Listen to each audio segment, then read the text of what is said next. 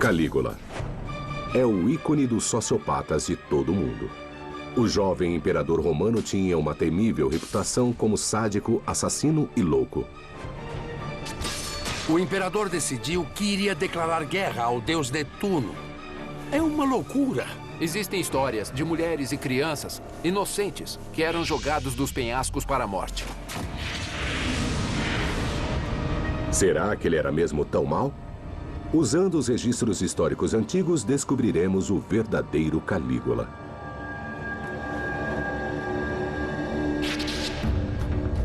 Os pesquisadores estudarão sua vida turbulenta e farão vários testes científicos. Novas evidências arqueológicas mostrarão o local de sua morte sangrenta.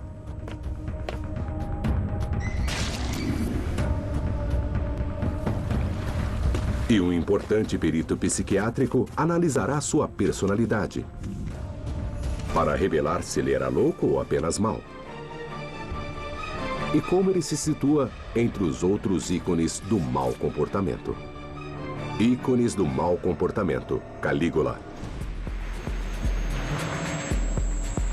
O imperador Calígula tornou-se o governante supremo de Roma aos 24 anos. E esteve no poder por 4 anos até ser assassinado. Nesse curto período, ele cometeu atrocidades. Atos de crueldade que lhe asseguraram um lugar na história. Como um louco. Calígula era muito perturbado psiquiatricamente. Seu comportamento incluía assassinato, matar sem remorsos e ultrapassar todo o limite moral diante dele. Mas ele era mesmo louco? Para entender Calígula melhor, o psiquiatra David Maló vai examinar seu comportamento e posicioná-lo em uma escala de mau comportamento para revelar como ele se situa junto a outros tiranos. Como Gengis Khan, Júlio César e os carrascos nazistas Himmler e Göring. Seu extremo narcisismo. O comportamento de Calígula era chocante. Ele dava banquetes magníficos e mandava decapitar criminosos durante o jantar. E enquanto seus hóspedes se embebedavam, ele estuprava suas esposas. Romanos importantes eram açoitados e executados. Era um espetáculo público e um aviso. Ele matou até pessoas de sua família. As histórias de horror são tão extremas que é difícil acreditar. Podemos confiar no registro histórico? Nossas informações sobre o reinado de Calígula vêm de 2 fontes. Filo, um contemporâneo, e Seutônio. E é Seutônio quem nos dá alguns dos detalhes mais chocantes e sombrios das histórias que aconteceram no reinado de terror de Calígula. Ele escreveu mais de 70 anos depois. Isso é como alguém que hoje escrevesse sobre a Primeira Guerra, mas ele tinha muito menos evidências. A caça por evidências começa na infância de Calígula. Ele nasceu em 12 d.C. e recebeu o nome de Gaio Germânico Augusto. Gaio era filho de Germânico, menino de ouro da família imperial, que era essencialmente um herói militar do mesmo porte que Alexandre o Grande. E basicamente Gaio foi criado no exército. O jovem Gaio passou a infância em um lugar parecido com este. Um forte do exército romano. Ele andava pelo acampamento em um uniforme militar infantil feito por sua mãe. E os soldados adoravam. Eles até lhe deram um apelido, Calígula, que significava botas pequenas por causa das sandálias militares que ele usava. Quando o pequeno Calígula estalava os dedos, os soldados endurecidos pelas batalhas vinham correndo. Imagine o que isso fez a ele. O pai era um herói. Ele foi mimado a vida toda e basicamente nunca estava errado. Foi assim que tudo começou. O estudo de caso do Dr. Maló expõe o impacto sobre o garotinho. A infância de Calígula teve um efeito formativo tremendo em seu caráter. Era um mundo de pernas para o ar. Em vez de uma criança rodeada por adultos, era um garoto a quem todos se dobravam. As pessoas ao seu redor diziam que ele não cometia erros e nenhuma regra moral lhe foi ensinada. Ele não era uma criança, ele era um general. Obviamente não foi um bom início. E ficou ainda pior. O Império Romano era governado por Tibério, um tirano cruel e depravado. Ele foi uma versão antiga de Stalin, com uma polícia secreta que mantinha arquivos sobre qualquer um que fosse uma ameaça real ou imaginária. O dossiê sobre Germânico, o pai de Calígula, tinha muitos documentos. É preciso lembrar que Germânico era um herói de guerra, o que realmente era importante para os romanos. E era também o próximo na sucessão. Tibério, por outro lado, era só um velho tirano pouco popular. E era tão paranoide que suspeitava profundamente de Germânico. Calígula tinha apenas 7 anos quando Germânico teve uma doença misteriosa. E morreu. Tudo foi muito suspeito. Os boatos disseram que Tibério o envenenou, mas não houve provas. Se houve um assassinato, isso teria um efeito psicológico enorme sobre Calígula. A ciência médica agora pode responder à pergunta: foi um homicídio? O toxicologista Dr. Timothy Erickson leu o relato histórico e encontrou 2 pistas cruciais. Um simulador computadorizado irá ajudá-lo a explicar sua análise. Sabemos pelos relatos de Germânico que ele teve problemas de pele que criaram pústulas. Esses relatos foram bem descritivos. Outro relato muito importante historicamente da morte de Germânico é que ele espumou pela boca imediatamente antes de morrer. Hoje sabemos que isso é coerente com o envenenamento por arsênico. Mas o envenenamento por arsênico pode ser confundido com uma doença comum e mortal. O que é descrito classicamente como envenenamento por arsênico é uma diarreia como se fosse água de arroz, em que se perde tanto volume pela diarreia que parece ser arroz e água. A maioria dos relatos chama isso de cólera, então esse é outro modo para afastar as pessoas da suspeita de arsênico. Arsênico, disfarçado como cólera, é uma explicação possível. Ele teve insuficiência cardíaca. E então o corpo parou completamente de funcionar e ele morreu.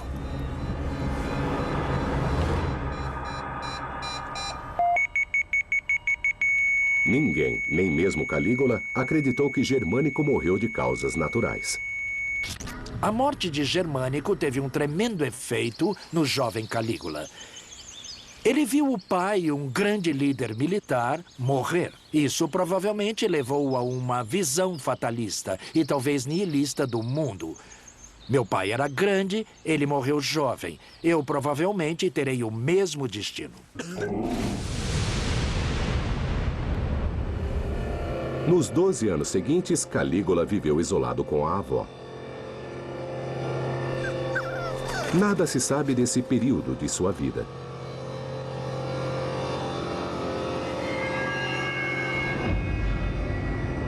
Mas o que aconteceu depois fez o assassinato do pai parecer algo simples.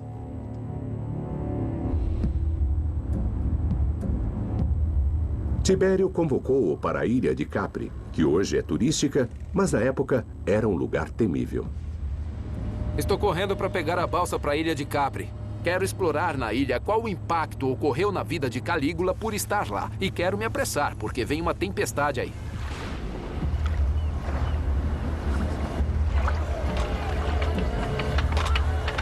Capri fica a 200 quilômetros ao sul de Roma, no Mediterrâneo, e servia para proteger Tibério de ataques.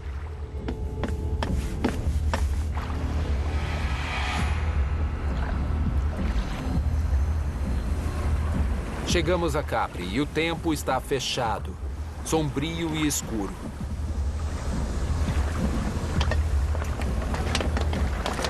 Como em filmes de espionagem, o Palácio de Tibério ficava no ponto mais alto e inacessível da ilha. Calígula não tinha ideia de por que fora convocado. Mas o que aconteceu aqui mudou-o para sempre.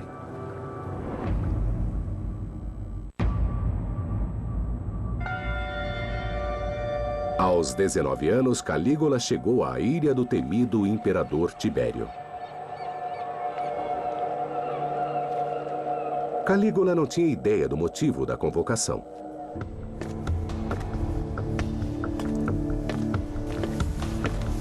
Esse foi o caminho que Calígula percorreu até o palácio de Tibério no alto da colina. Ele devia estar muito nervoso. Por quê? Porque Tibério governava a maior parte do mundo conhecido e costumava matar quem considerasse como uma ameaça. Ele já tinha assassinado o pai e 2 irmãos de Calígula. Quando eu penso em Calígula passando por aqui, eu penso nele sentindo palpitações de medo e incerteza. Seus parentes foram mortos por Tibério e ele seria o próximo. Hoje só existem ruínas, mas Calígula viu uma fortaleza. Era um lugar de pesadelo e de atrocidades inomináveis. A sociedade romana era violenta e visual. As pessoas estavam acostumadas à arena. As pessoas estavam acostumadas com os criminosos serem condenados à morte. Aqui, Tibério não estava sujeito ao escrutínio público. Aqui, Tibério podia fazer o que desejasse. E as histórias desse recluso, um tipo de Howard Hughes, são fantásticas. Era um velho depravado, sujo e perturbado. E Calígula estava em Capri. Ele estava acuado. Não havia saída. Só o imperador permitia as idas e vindas. Calígula recebeu educação superior em depravação. Calígula tinha que acompanhar tudo o que acontecia nessa vila aqui. Como um vilão de James Bond, Tibério gostava de mortes criativas.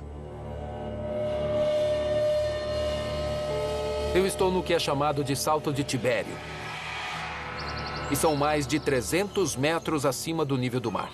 E era daqui que diziam que Tibério mandava que os criminosos condenados, pessoas de quem ele não gostava, fossem jogados do penhasco para a morte.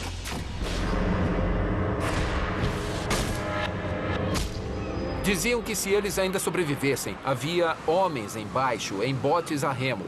Se alguém chegasse vivo à superfície, sua cabeça seria esmagada com os remos. O salto de Tibério não era só para criminosos. Existem histórias de mulheres, crianças, inocentes, que eram jogados apenas para o prazer de Tibério.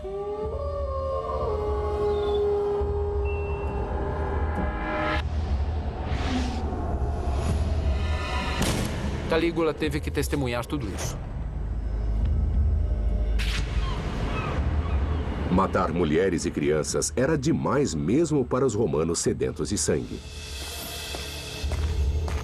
Segundo os historiadores, havia muito mais.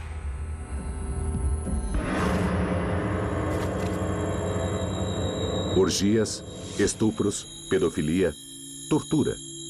Todas as modalidades de mau comportamento.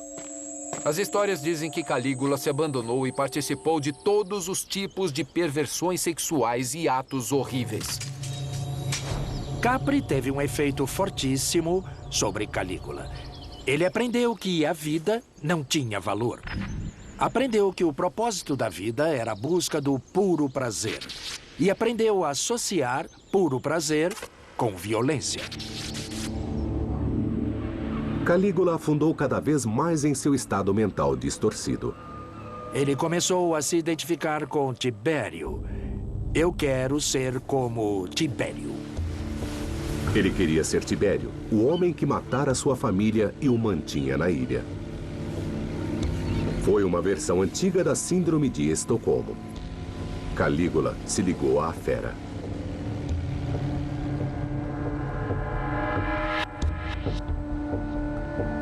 Ele queria o que Tibério tinha. Poder total. Calígula aprendeu o que era o poder absoluto. Ele via de Capri todo o império e o desejava. Ele logo o conseguiu. Quando Tibério morreu de repente.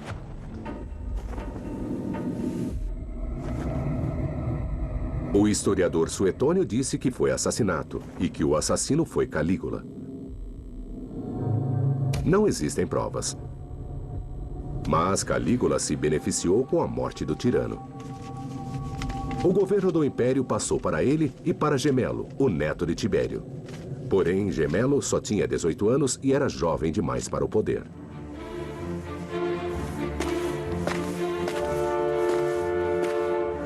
Em 37 depois de Cristo. Calígula tinha 24 anos e dominava o mundo. Tibério estava morto e Calígula era o imperador. Ele foi para Roma por esta mesma estrada, via Ápia. E as multidões saíram empolgadas, estavam jubilantes e prontas para ver um novo início com seu novo imperador. A primeira coisa que ele fez foi se afastar do temido Tibério.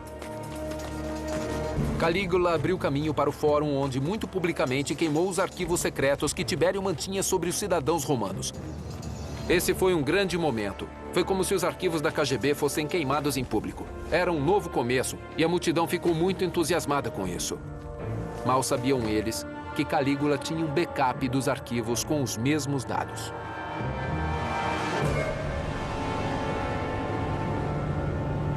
Calígula não parou aí. Ele agradava as massas e conseguiu conquistá-las.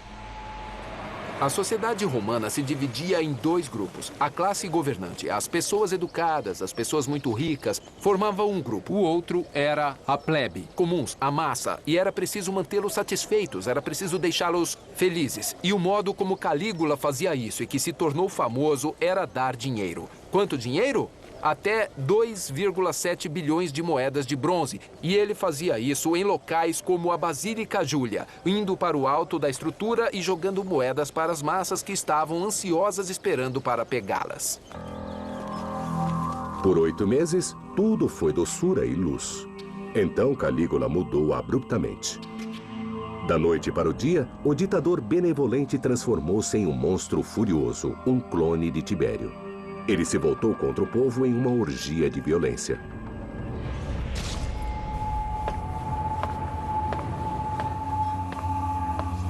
Calígula fazia banquetes deliciosos e elaborados como imperador. Comumente, isso seria um destaque social absolutamente fantástico. Mas com Calígula, durante as festividades, diante dos convidados, havia torturas e mortes. E havia sangue na toalha da mesa. O historiador Suetônio disse que ainda havia mais. Algumas vezes ele separava as esposas dos convidados e as levava embora. Ele estuprava e depois as levava de volta para o banquete e comentava seu desempenho sexual. Era escandaloso. Ele pensava que podia fazer isso e estava certo. Calígula era um abusador. Os romanos que cruzavam o caminho dele eram espancados, torturados e mortos em arenas públicas. Nem o sanguinolento Tibério havia chegado tão longe. Será que isso é verdade? Uma história diz que Calígula mudou as regras dos jogos dos gladiadores. Os gladiadores eram divididos em vários tipos, com base na armadura e nas armas que usavam. As pessoas torciam para um gladiador como torcem para times de futebol hoje. Bom, Calígula tinha um gladiador favorito que era da Trácia e era um gladiador de armadura bem leve. E normalmente ele lutava contra um murmilo que tinha armadura maior. Regras são regras. E por 300 anos, nenhum governante romano ousara interferir. Seria como mudar as regras do campeonato. E isso faria com que todos o odiassem. Mas Calígula, diz a história, queria lutas mais longas e mais sangrentas, com mais sofrimento. E assim ordenou que um gladiador tivesse menos proteção. Será que isso funcionaria? Ou que o lutador com a armadura mais leve morreria logo?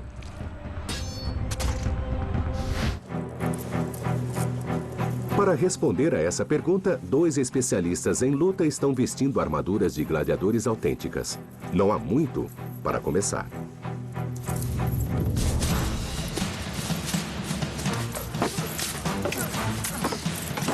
O médico militar Fred Galvin está a postos para avaliar os ferimentos.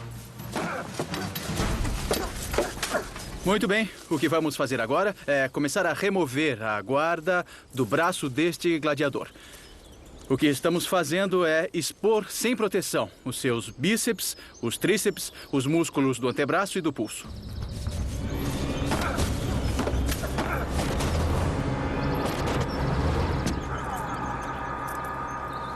Bom, esse teria sido um ótimo golpe. Você pode ver onde ele cortaria os grupos musculares do bíceps e do tríceps. Por mais ruim que pareça este ferimento, ele certamente não é crítico como um ferimento na parte interior do antebraço, que é onde as artérias e veias passam pelo braço. Apesar do sangue, este ferimento não teria acabado com a luta. A seguir, Fred tira o escudo do gladiador.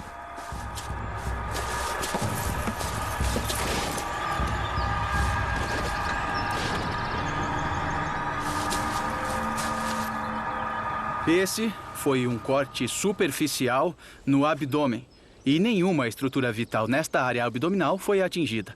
Por exemplo, o fígado nesta área, ou o baço, localizado aqui, os pulmões dos dois lados do peito e o coração, situado na região central, não foram afetados por esse golpe. Foi um corte superficial nos músculos abdominais e ele voltará para lutar outro dia. O gladiador da Trácia poderia matar o oponente a qualquer momento, mas se ele não criasse o espetáculo sangrento que Calígula queria, o imperador não o deixaria sair da arena vivo. Calígula tinha talento natural para o mau comportamento. Porém, o que o teria transformado em um monstro? As fontes históricas culpam uma doença misteriosa. Agora, a ciência moderna irá revelar a verdade.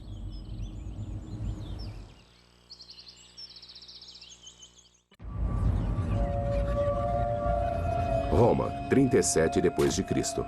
Aos 25 anos, Calígula repentinamente se tornou um ditador violento e cruel. Fontes históricas da época culpam uma doença misteriosa por essa mudança em seu comportamento. Atualmente, causas mais específicas podem ser investigadas. Uma mudança súbita de personalidade sugere dano cerebral. Os romanos achavam que era uma punição dos deuses.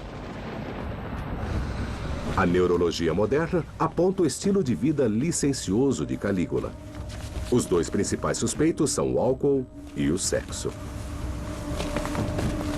O herpes, uma doença sexualmente transmitida, pode causar a encefalite por herpes, que provoca danos cerebrais. A encefalite por herpes costuma atacar os lobos frontais. O lobo frontal certamente está envolvido em sua expressão emocional e na capacidade de inibir os seus impulsos. Danos ao lobo frontal podem provocar mudança de personalidade. Comportamento emocional muito extremo, com períodos de elação extrema e períodos de tristeza extrema. Comportamento sexual inapropriado e comportamento violento ou agressivo com as outras pessoas. O comportamento de Calígula combina bem com a encefalite por herpes. Porém, há um problema. Mesmo com a medicina moderna, 75% dos pacientes com essa doença morrem. 2000 anos atrás, as chances de Calígula sobreviver eram ainda menores. Se não foi o herpes, será que foi o álcool? O suspeito é algo unicamente romano, porque não foi um caso simples de envenenamento alcoólico. O suspeito é um adoçante chamado defrutum, que os romanos adicionavam ao vinho. Eles faziam um vinho seco que provavelmente não era tão bom em comparação com a tecnologia moderna. E usavam o defrutum para adoçá-lo e torná-lo mais palatável. Ele está fazendo um pouco de defrutum com o método que os romanos usavam. O modo em que é feito e que torna o defrutum suspeito. Os ingredientes eram fervidos em uma panela revestida com chumbo. Eles achavam que as panelas de latão ou bronze iriam estragar o suco que estavam fazendo. Os romanos não conheciam o perigo do chumbo. Fica a pergunta: quanto chumbo existia no defrutum? Apenas pessoal autorizado. Uma análise química trará a resposta. Isso é incrível porque ninguém realmente que eu saiba obteve o extrato, fez o processo e o testou para chumbo. Na época, eles apreciavam o sabor do chumbo. Era quase como calda de chocolate para eles. A amostra foi analisada em um espectrômetro de massa e os níveis de chumbo foram comparados com os do vinho atual. Bom, com os vinhos comuns hoje, se você pegar qualquer vinho da loja, ele terá menos de 200 partes por bilhão. E este é o nível aceitável. Se tiver menos de 200 partes, pode ser vendido. Vamos dar uma olhada no Defrunton. Uau! 29 mil partes por bilhão. Isso é muito. Ele tá cheio de chumbo. Isso é, ele realmente dá uma paulada. Eu sabia que seria elevado, mas não sabia como seriam os níveis e, falando francamente, são muito mais altos do que eu previa. O Defrunto tem chumbo mais do que o suficiente para causar envenenamento crônico. Quando o paciente começa a ficar realmente intoxicado por chumbo ou envenenado com chumbo, você começa a ver a alteração de personalidade, delírio e confusão. Isso poderia ser responsável pelas alterações de personalidade e o comportamento radical de Calígula? Eu acho que sim. Porém, Calígula não era o único romano que bebia muito vinho. Suporíamos que outros ficassem envenenados também. Um relato histórico dá a explicação. Philo escreveu que depois de assumir o poder, Calígula começou a beber demais. Até mesmo para os padrões romanos. O chumbo que ele consumiu acrescentou uma nova camada à sua personalidade perturbada. Enquanto Calígula estava doente, a multidão saiu às ruas para mostrar sua adoração pelo jovem imperador. Eles deviam ter ficado em casa. Durante a doença de Calígula, muitas pessoas fizeram promessas por sua recuperação rápida. Uma pessoa que fez um voto foi um certo plebeu, Publius Afranus Potus. E ele ofereceu sua vida pela vida de Calígula. E quando Calígula ficou bom, levou isso às últimas consequências. Ele o vestiu como um animal de sacrifício, colocou guirlandas e flores nele e o lançou das muralhas da cidade.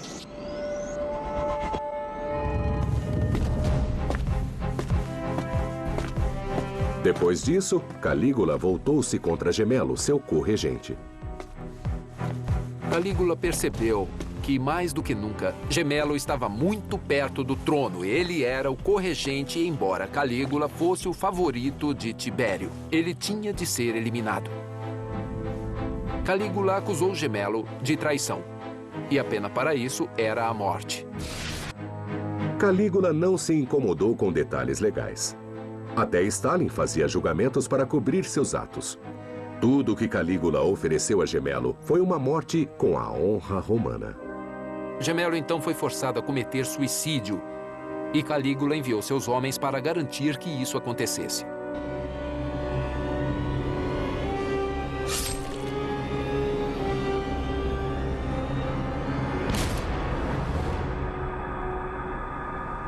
O que se passava na cabeça dele?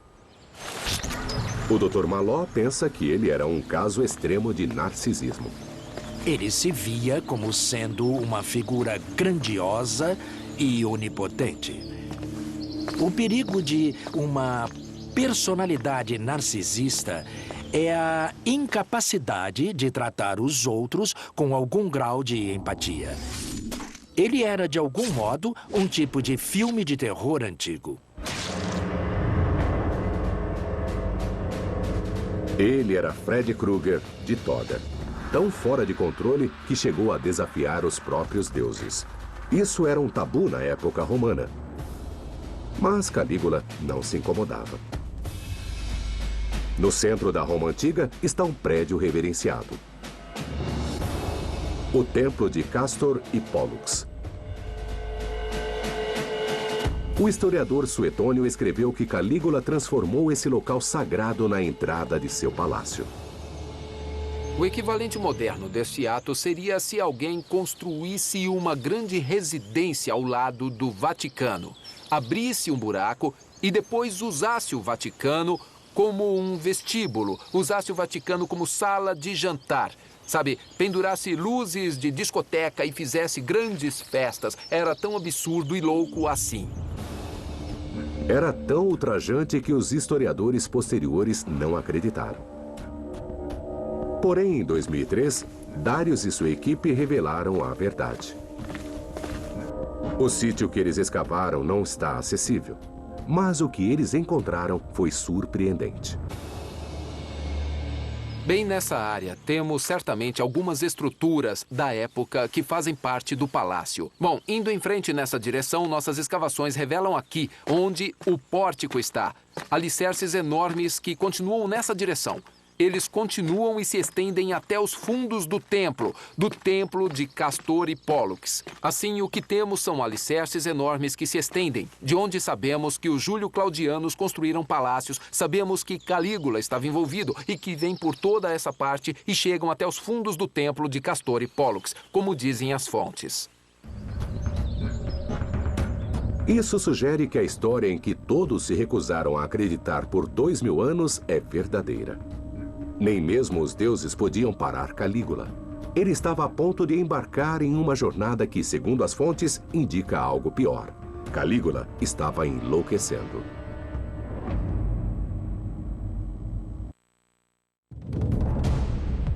Em 39 depois de Cristo. Aos 27 anos, Calígula governava Roma pelo medo. Mas isso não era o bastante.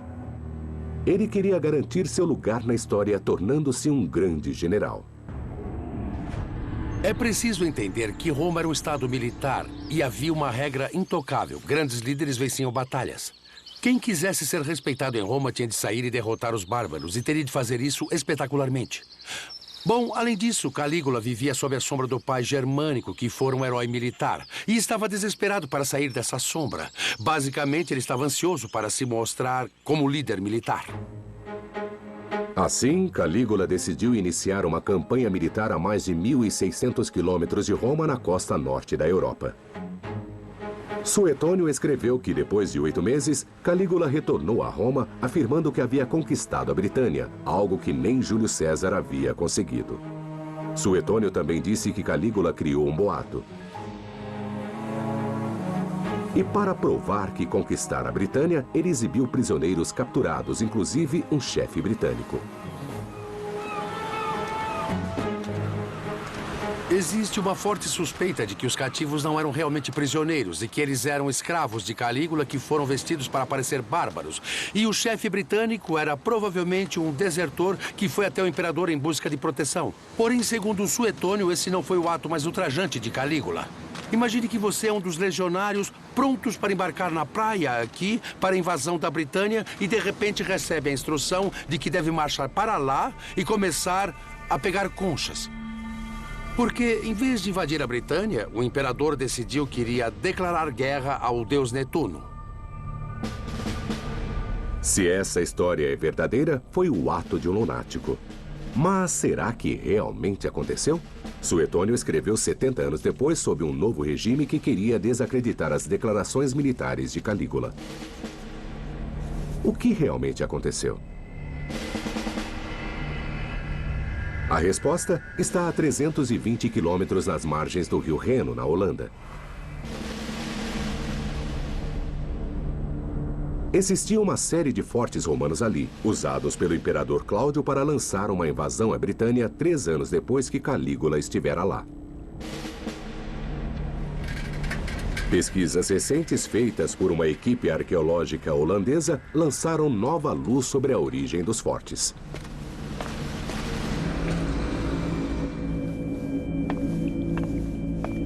A equipe datou a madeira das toras nos fortes usando 3 anéis. Isso se chama dendrocronologia e vê em cada madeira um padrão único, como se fosse um código de barras. Sabemos a sequência desses códigos de barras, por assim dizer, desde 6.000 a.C. até hoje.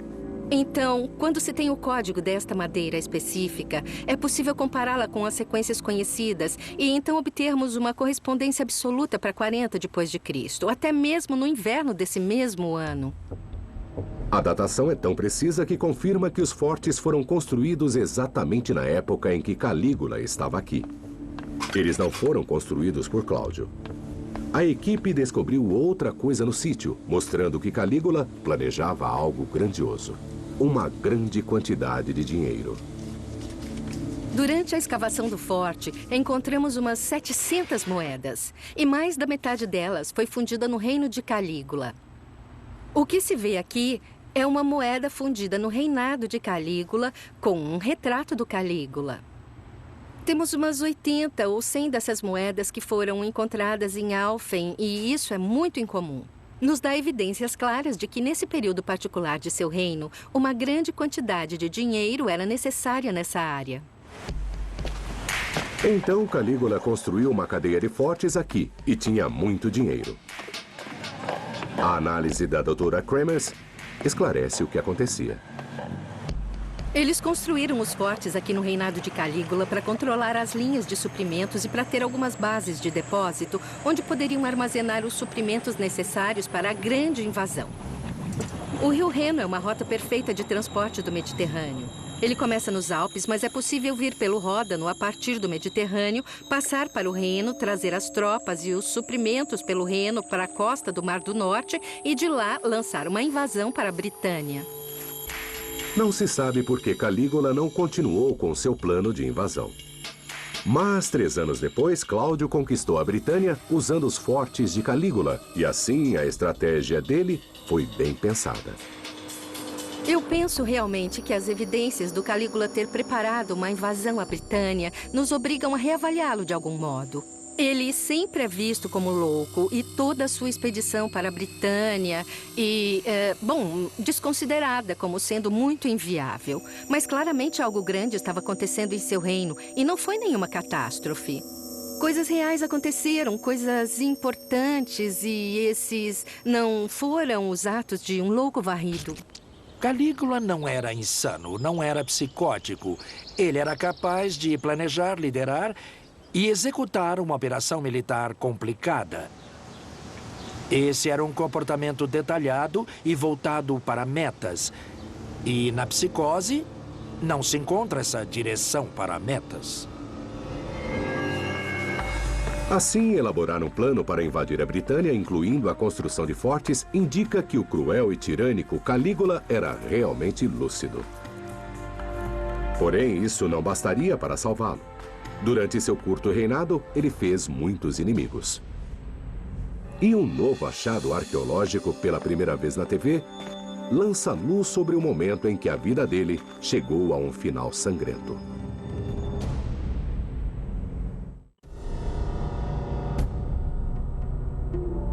Calígula estava com 29 anos. Ele governava Roma há menos de 4 anos. E estava descontrolado. Ninguém estava a salvo de sua violência. Nem mesmo aqueles cujo dever era protegê-lo. Os guardas pretorianos. As fontes antigas nos dizem que Calígula desrespeitava os guardas pretorianos. Ele zombou de um deles por ter voz afeminada e desrespeitou o outro ao dormir com a esposa dele. Isso era loucura total. Esses homens eram os que guardavam suas costas, eram os homens que protegiam sua vida e saúde. Calígula parecia ter um desejo de morte. Num dia frio de janeiro de 41 d.C., ele foi aos Jogos Palatinos em Roma. Multidões empolgadas enchiam o teatro e as ruas. A atmosfera estava carregada. Na hora do almoço, Calígula deixou os jogos. Ele entrou em uma passagem subterrânea chamada de Criptopórtico e se dirigiu para o palácio. Porém, não chegou lá com vida. Esse tipo de criptopórtico ou passagem subterrânea permitia que você fosse por um labirinto de um ponto do palácio para outro. E essa é uma grande descoberta que foi feita recentemente. Essas passagens ficaram ocultas por quase 2000 anos. Os arqueólogos as descobriram em 2006. E esta é a primeira vez que câmeras de TV entram aqui. As primeiras passagens descobertas foram construídas algum tempo depois de Calígula. Mas ao explorarem mais, fizeram uma descoberta que mudou tudo. Este é um dos sítios de escavações mais recente. E bem aqui fizemos uma importante descoberta. Está escrito neste cano de chumbo, neste cano Tibérius Cláudio César Augustus. Quem é Cláudio? O sucessor de Calígula. Então estamos chegando mais e mais perto das realidades de Calígula. Este é um documento muito precioso que significa que os arqueólogos hoje estão reconsiderando toda a datação deste complexo. 2 anos depois dessa descoberta, os arqueólogos cavaram ainda mais fundo. Este criptopórtico é mais antigo do que o criptopórtico que vimos. O corredor que Calígula percorreu a caminho da celebração dos Jogos na colina. Sabemos que ele passou por um criptopórtico da colina Palatina para seu palácio como este. E se viu isolado, longe dos guarda-costas, longe de seu séquito, sozinho. Estas são as passagens pelas quais Calígula realmente andou no último dia de sua vida violenta.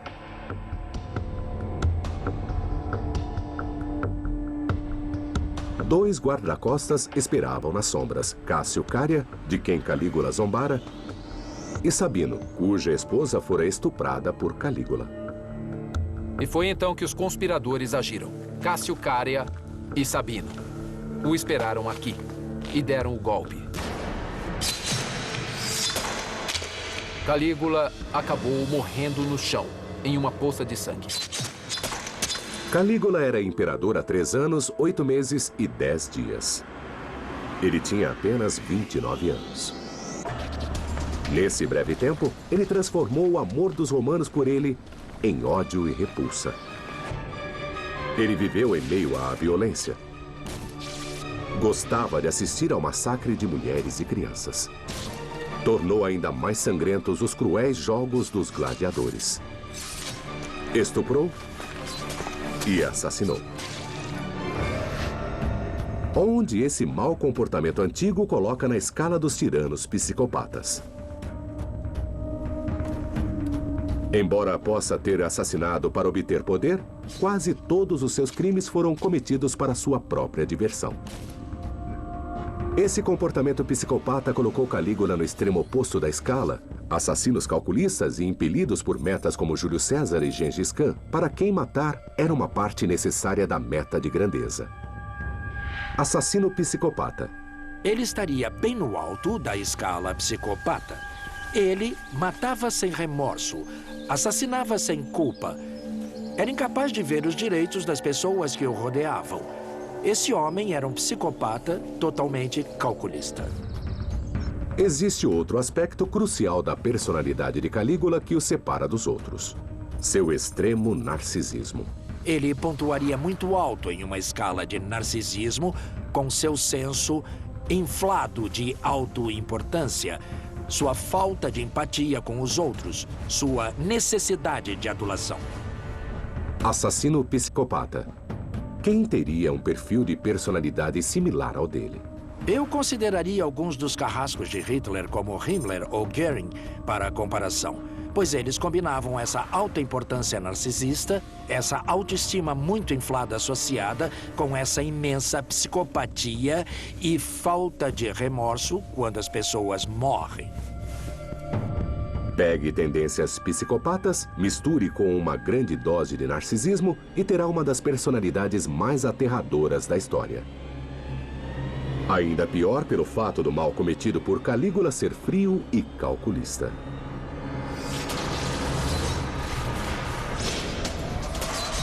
Apesar do curto reinado, Calígula lançou uma longa sombra. Tibério mantinha sua depravação atrás de portas fechadas. Calígula a exibia em público. O medo de Calígula permaneceu depois de sua morte. Talvez ela fosse falsa e Calígula espiasse nas sombras para ver quem se alegrava e quem seria o próximo na sua lista macabra.